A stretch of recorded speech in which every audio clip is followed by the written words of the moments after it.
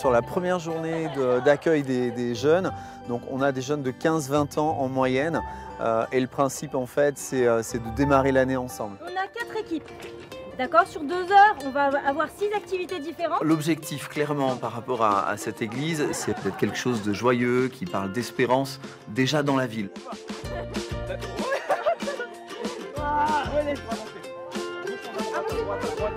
Ce groupe de jeunes, il est un des relais quelque part de cet objectif, parce qu'il attire d'autres jeunes à lui, et puis il se saisit aussi des différents moyens que l'Église a à sa disposition, d'intervenir dans les aumôneries, en prison, pour être une bénédiction pour les gens qui en ont besoin.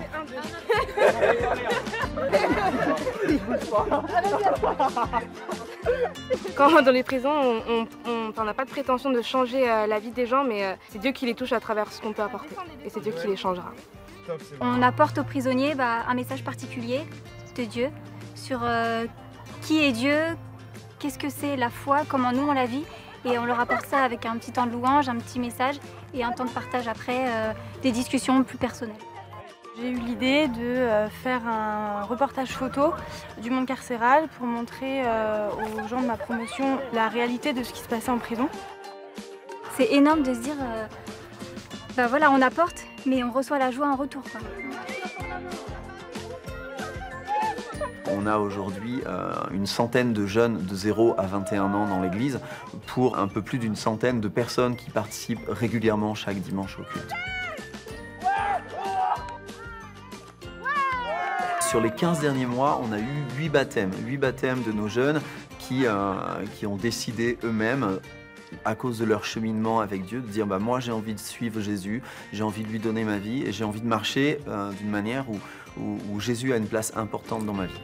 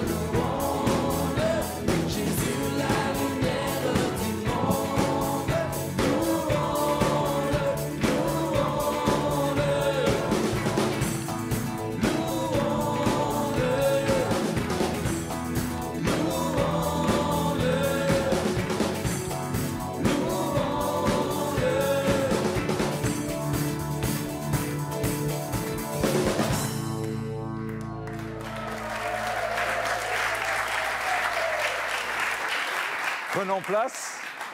Prenons place. Merci. Bienvenue à tous, à toutes. Et aux enfants, on est heureux de les avoir avec nous ce matin, mais bienvenue aussi à tous les amis téléspectateurs qui nous rejoignent pour ce culte. Nous sommes heureux aussi de vous accueillir. Nous allons continuer à célébrer le Seigneur ce matin de tout notre cœur. Voilà, on est d'accord? De tout notre cœur, et nous méditerons ensuite la parole de Dieu pour nous encourager et nous fortifier dans notre foi. Alors je crois que le Seigneur a prévu de bonnes choses pour nous ce matin, et je voudrais vraiment qu'on puisse se réjouir tous ensemble. Je vous invite à la prière. Oui, Seigneur, nous sommes là, comme nous venons de le chanter, pour louer ton nom, pour raconter ce que tu fais, comment tu te manifestes dans nos vies, comment tu nous parles. Seigneur, nous voulons t'offrir ce temps de culte, que nous puissions reconnaître ensemble ce que toi tu as envie de nous dire, ce que tu as envie de nous révéler. Seigneur, que toute la gloire te soit donnée dans le nom de Jésus. Amen.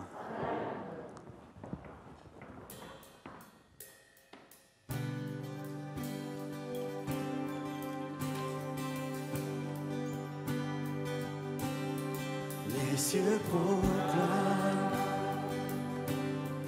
la gloire de Dieu, la terre entière reconnaîtra ton nom glorieux. Les monts et les mers élèvent leur voix,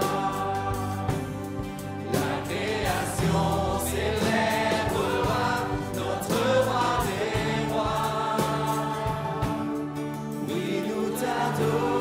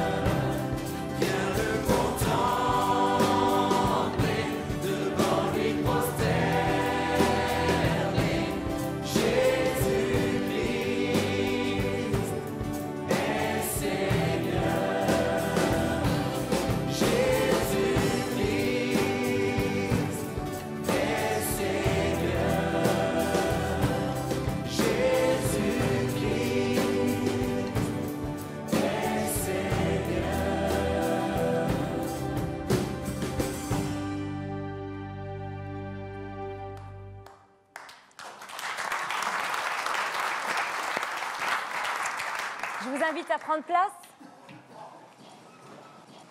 Ce matin, nous voulons proclamer la grandeur de Dieu, n'est-ce pas? Et nous voulons redire combien Dieu est un Dieu puissant et pourtant si proche de chacun d'entre nous. Lisons le livre de Job au chapitre 36. Dieu est puissant, mais il ne rejette personne. Il est puissant par la force de son intelligence. Dieu est grand, mais sa grandeur nous échappe. Le nombre de ses années est impénétrable. Ouais, la grandeur de Dieu nous dépasse vraiment. Et on adore un Dieu qui est puissant, mais qui ne se sert pas de cette puissance pour nous écraser ou nous accabler, mais au contraire pour nous aimer. Et il veut nous inviter à placer notre confiance en lui parce qu'il en est digne et ne nous décevra jamais. Dans le psaume 84, il est écrit « Heureux ceux qui trouvent leur force en toi. Ils trouvent dans leur cœur des chemins tout tracés. Lorsqu'ils traversent la vallée des pleurs, ils la transforment en un lieu plein de sources. Et la pluie la couvre de bénédictions. Leur force augmente pendant la marche et ils se présentent devant Dieu à Sion. Éternel, Dieu de l'univers, écoute ma prière. Prête l'oreille, Dieu de Jacob. Mieux vaut un jour dans tes parvis que 1000 ailleurs. Je préfère me tenir sur le seuil de la maison de mon Dieu plutôt que d'habiter sous la tente des méchants. Car l'Éternel Dieu est un soleil et un bouclier. L'Éternel donne la grâce et la gloire. Il ne refuse aucun bien à ceux qui marchent dans l'intégrité. Éternel Maître de l'univers, heureux l'homme qui se confie en toi. Amen.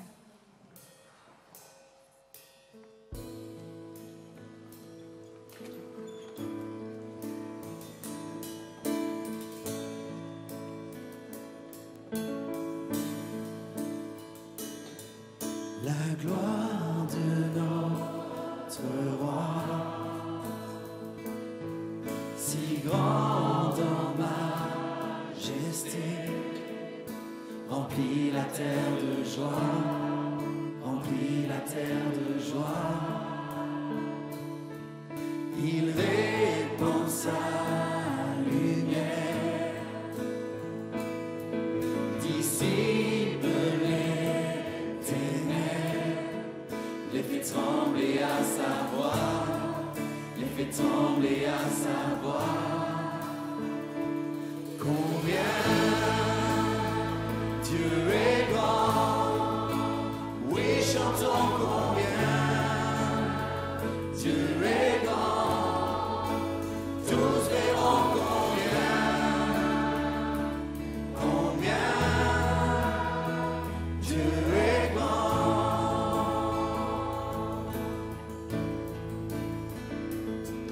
De toute éternité, les temps sont dans ses mains, commencement et fin, commencement et fin. Céleste Trinité, il est le Dieu très haut, le lion et l'agneau, le lion et l'agneau. Combien Dieu est grand, oui chantons combien Dieu est grand, tous verront combien Dieu est grand. Au-dessus de tout il règne, digne de louange. Nous chanterons combien Dieu est grand. De tout mon être, alors s'élève un chant. Dieu tout-puissant, que tu es grand. De tout mon être, alors s'élève un chant. Dieu tout-puissant, que tu es grand.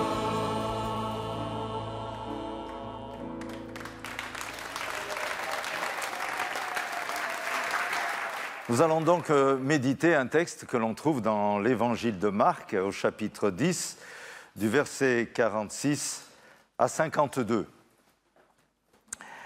Ils arrivèrent à Jéricho et lorsque Jésus en sortit avec ses disciples et une assez grande foule, le fils de Timée, Bartimée, mendiante et aveugle, était assis au bord du chemin. Il entendit que c'était Jésus de Nazareth et se mit à crier « Fils de David, aie pitié de moi !» Plusieurs le reprenaient pour le faire taire, mais il criait plus fort « Fils de David, aie pitié de moi !» Jésus s'arrêta et dit « Appelez-le ». Ils appelèrent l'aveugle en lui disant « Prends courage, lève-toi, il t'appelle ». L'aveugle jeta son manteau et se leva d'un bond et vint vers Jésus. Jésus, prenant la parole, lui dit « Que veux-tu que je te fasse ?» Rabouni, ce qui veut dire maître, que je recouvre la vue. Et Jésus lui dit « Va, ta foi t'a sauvé. » Aussitôt, il recouvra la vue et suivit Jésus dans le chemin. Alors nous sommes en présence d'un homme, Bartimée, qui est assis au bord d'un chemin, un chemin sans doute assez passant, pour recueillir quelques aumônes. Alors soudain, il entend un bruit qui va en s'amplifiant, celui d'une foule. Alors il se pose des questions, il ne voit rien, mais il entend. Et il interroge ceux qui sont près de lui et leur demande qu'est-ce qui se passe, qu'est-ce que c'est que ce brouhaha. Alors ceux qui étaient là lui disent c'est Jésus, Jésus arrive sur ce chemin. Alors pour Bartimée, c'est une occasion inespérée de rencontrer le Messie qui s'offre à lui. Et il se met à hurler « Fils de David, Jésus, aie pitié de moi !» Et Bartimée qui hurle comme ça au bord du chemin, ça fait un peu désordre. Alors certains lui disent « Écoute Bartimée, il faudrait te calmer. » Mais Jésus, au milieu de cette foule bruyante, il entend une voix. Il entend cette voix. Et Jésus s'arrête. « Appelez-le, appelez-le. » Et les mêmes qui empêchaient Bartimée de s'exprimer sont les mêmes qui sont obligés de lui dire « Prends courage, lève-toi, le Maître t'appelle. » Aujourd'hui, je crois que c'est un jour d'encouragement pour chacun de nous. Et pour tous aussi qui êtes devant vos récepteurs, je crois que Jésus passe sur notre chemin aujourd'hui. Et pour la plupart d'entre nous, nous le savons très bien. C'est un jour où Jésus entend le cri de ton cœur. Au milieu de ce vacarme, il entend ta voix, comme il a entendu celle de Bartimée. Bartimée ne veut pas rater cette occasion. Alors il hurle. Il ne veut pas continuer cette vie qu'il mène. Il veut sortir de sa nuit, de sa souffrance, de sa solitude, de son rejet. Alors Jésus lui dit, mais qu'est-ce que tu veux que je fasse pour toi? Et Bartimée, à cet endroit, ne dit pas, écoute Seigneur, je viens de jeter mon manteau, peut-être il est même piétiné par la foule, alors j'aimerais bien que tu m'offres un manteau neuf. Ce serait bien, Seigneur, si tu m'offrais un manteau neuf. Non, Bartimée, il ne dit pas ça. Bartimée ne dit pas non plus, Seigneur, ça serait bien si tu me donnais le bras, comme ça je pourrais traverser ce chemin et continuer ma route sans être piétiné par la foule qui arrive. Non. Bartimée, lui, il veut recevoir une réponse qui soit en rapport avec sa souffrance. Il veut sortir de cette nuit. Et au milieu de ce vacarme, il entend cette voix qui l'appelle. Et Jésus lui répond et lui dit « Ta foi t'a sauvé ». Remarquez au passage que Jésus ne parle pas de son handicap, mais il parle aussi de la souffrance qui est la sienne. Tout ce qui se passe à l'intérieur à cause de la souffrance. Et Bartimée est délivré. Non seulement il recouvre la vue, mais il découvre une paix qu'il ne connaissait pas. Des circonstances dramatiques t'ont brisé, accablé, séparé de Dieu et peut-être aussi des autres, et t'ont plongé dans la nuit de la solitude. Mais aujourd'hui, je veux te dire que Jésus, il entend ton cri. Jésus est prêt à t'écouter. Il t'aime, il veut te pardonner et te redonner une paix intérieure que tu ne connaissais pas et qui redonnera un sens à ta vie. Peut-être tu n'as pas le courage ou l'audace d'hurler comme Bartimée a hurlé « Fils de David, aie pitié de moi ». Non, mais j'aimerais aussi vous raconter une histoire, l'histoire d'une femme malade depuis une douzaine d'années qui va vivre une rencontre avec Jésus d'une manière totalement différente. Cette histoire se trouve dans l'évangile de Luc au chapitre 8 et à partir du verset 43. Elle aussi, elle entend que Jésus va passer sur son chemin. Alors elle se lève et elle va au-devant de lui. Seulement quand elle arrive auprès de Jésus, il se trouve que Jésus est en dialogue avec un homme éminent, le chef de la synagogue, Jaïrus, qui est en train de partager à Jésus toute sa détresse parce que sa petite fille est en train de mourir. Alors comment, en pareille circonstance, cette femme peut-elle interrompre cette conversation entre deux personnages éminents? Et puis, elle surprend la conversation, et puis elle se rend compte qu'il y a une situation qui est peut-être bien plus grave que la sienne. Alors elle se dit, mais je ne peux pas les interrompre. Mais d'un autre côté, elle se dit, je n'ai pas fait tout ce chemin pour arriver là et repartir à vide. Alors elle réfléchit, puis elle pense intérieurement, et elle se dit, j'ai une idée, je vais passer furtivement ma main comme ça dans la foule, et puis j'arriverai à toucher le bord du vêtement de Jésus, et puis je suis sûr que je serai guéri. Alors personne n'est au courant de ce qui se passe dans son être intérieur, mais c'est ce qu'elle va faire. Elle met son projet à exécution, elle passe la main comme ça, dans le dos de Pierre, elle tend sa main, elle trouve le bord du vêtement de Jésus, le serre dans sa main, et à ce moment-là, Jésus sursaute. Il dit, quelqu'un m'a touché. Et Pierre, qui est aux premières loges, comme d'habitude, il dit, mais enfin, Seigneur, tu dis qui m'a touché, mais regarde, tout le monde te bouscule, te serre, et tu dis qui m'a touché. Je dis, oui, il y a quelqu'un qui m'a touché parce qu'une force est sortie de moi, insiste Jésus. Ah, les gens sont interloqués de cette réflexion, font un pas en arrière, et la femme se retrouve toute seule devant Jésus. Je dis, oui, Seigneur, c'est moi, Jésus, qui ai touché le bord de ton vêtement. C'est moi. Elle explique alors à Jésus les raisons de son geste et les raisons pour lesquelles elle a agi de la sorte. Mais Jésus la rassure aussitôt et lui dit, va, ta foi t'a sauvé. Là encore, Jésus ne parle pas de sa maladie ni de son handicap, il parle de quelque chose qui est plus grand encore que la guérison que le Seigneur peut accorder, c'est certain, c'est évident. Jésus guérit aujourd'hui encore. Mais ce que Jésus voit au-delà même de la guérison physique, c'est la détresse du cœur. Au milieu de cette foule, Jésus sait que quelqu'un l'a touché, peut-être très discrètement, mais avec une telle foi investie dans ce geste. Il est si attentif à nos souffrances, au mal secret qui t'accable. Prends courage, c'est un jour où Jésus passe sur ton chemin. Alors, crie vers lui ou tends-lui le bras, mais aujourd'hui, Jésus veut te répondre. Que tu sois comme Bartimée ou que tu sois comme cette femme,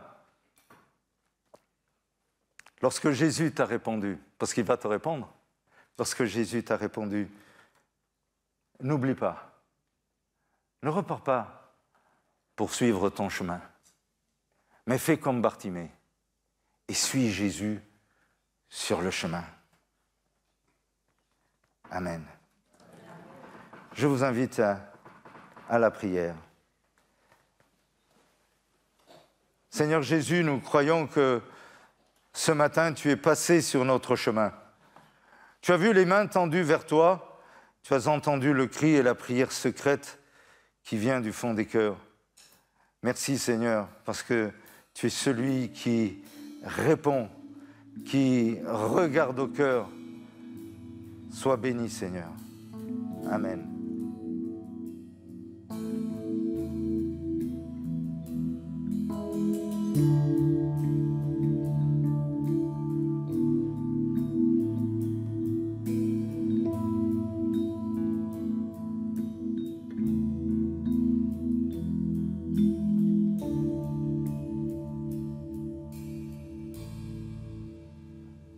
Chers téléspectateurs, nous vous remercions d'avoir partagé ce moment avec nous.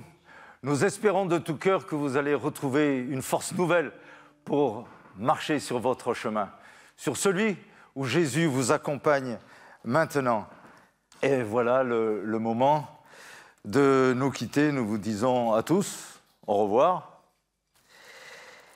Que le Seigneur vous donne cette envie de vivre et de découvrir à chaque jour ces étapes nouvelles qu'il a préparées pour nous. Ne restons pas en chemin, songeurs, mais avançons avec cette assurance qu'il nous donne. Que cette semaine soit aussi bénie pour chacun de vous. Que la grâce du Seigneur Jésus vous accompagne tous les jours, dès maintenant et dans tout ce qui est devant nous. Amen.